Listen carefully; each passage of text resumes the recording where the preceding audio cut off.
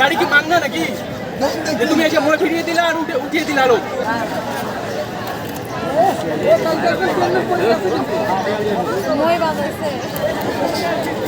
মই প্রতি কত করে নেন?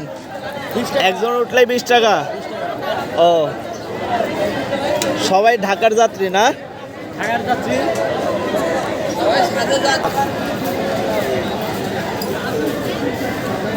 এই পাশে অনেক ভিড়।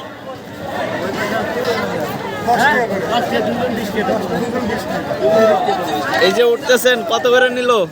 কত করে নিচ্ছে? মাশাআল্লাহ, তাও ঢাকায় যেতেই হবে না? মাশাআল্লাহ, অনেক সুন্দর কথা।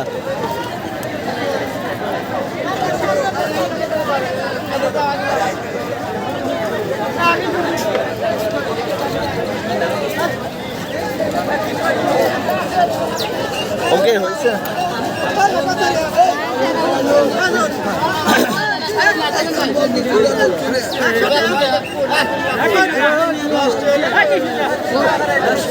কম বেশি করে নিয়ে উঠায় দেন।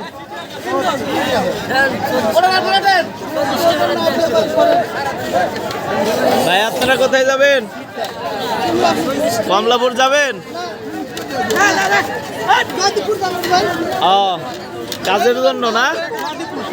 কাজ করতে যাচ্ছেন? মাশাআল্লাহ। ঈদের ছুটিতে আসছিলেন?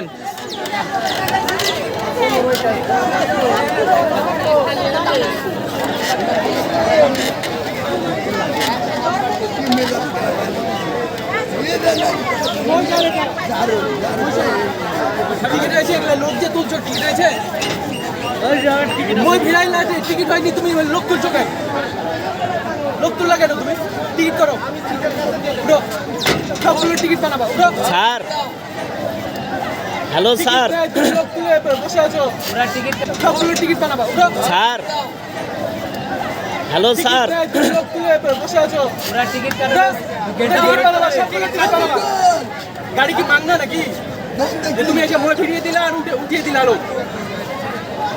টিকিট করো, দৌড় উপরে উঠো, তুমি মই ফিরিয়েছো, তুমি উঠো, টিকিট করবা, সবগুলো টিকিট বানাবো। টিকিট দাও না।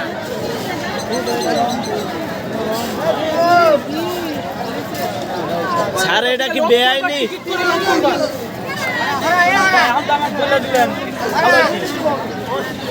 বলে দিতে হবে কেন এগুলা কথা?